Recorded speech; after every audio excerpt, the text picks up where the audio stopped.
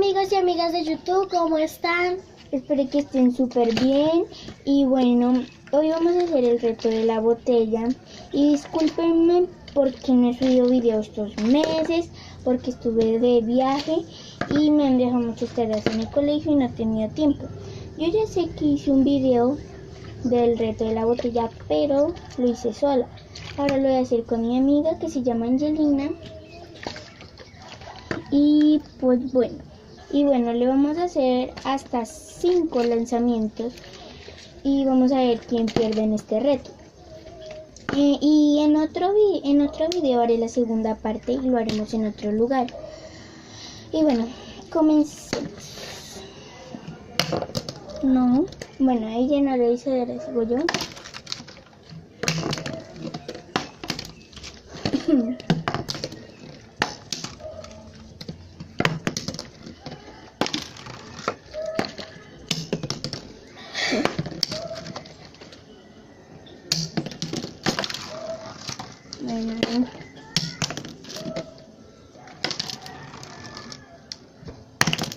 Bueno, mi amiga cambió de botella.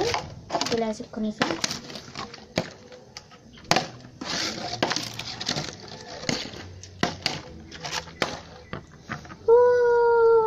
Un punto, vamos con 1-0.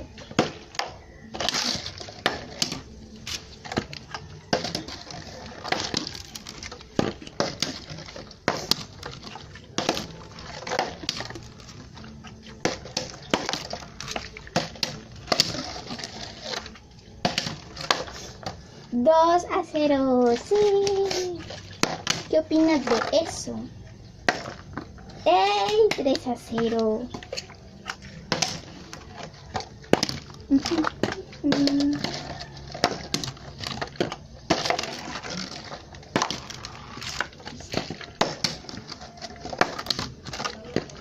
Esto se está poniendo difícil.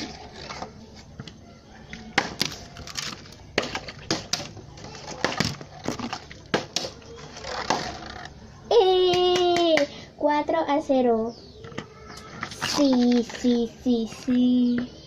Bueno, sigue mi amiga.